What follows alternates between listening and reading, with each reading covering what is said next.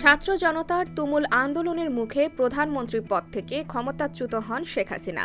সেদিনই সামরিক হেলিকপ্টারে করে ভারত পালাতে বাধ্য হন তিনি। এরপর থেকেই ভারতেই অবস্থান করছেন সাবেক এই প্রধানমন্ত্রী। তবে দেশ ছেড়ে পালিয়ে যাওয়া সাবেক প্রধানমন্ত্রী শেখ হাসিনার পরবর্তী গন্তব্য কোথায়? এ নিয়ে নানা কৌতূহল ও গুঞ্জন তো আছেই। সর্বশেষ খবরে জানা যায়, যুক্তরাষ্ট্র ভারতের কাছে জানতে চেয়েছে শেখ হাসিনা কিভাবে কোন ব্যবস্থায় দিল্লিতে অবস্থান করছেন। জবাবে ভারত নাকি বলেছে, খুব অল্প সময়ের মধ্যেই মধ্যপ্রাচ্যের কোনো একটি দেশে তিনি চলে যাবেন। এই খবর ঢাকার সরকারি মহলকেও জানানো হয়েছে বলে বিভিন্ন সংবাদ মাধ্যমে জানা গেছে।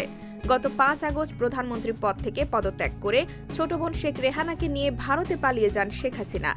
বাংলাদেশের সামরিক বাহিনীর একটি বিমানে তিনি দিল্লির কাছে গাজিয়াবাদের হিন্দন বিমান ঘাঁটিতে অবতরণ করেন। এরপর থেকে তিনি কোথায় আছেন তা আর প্রকাশ পায়নি।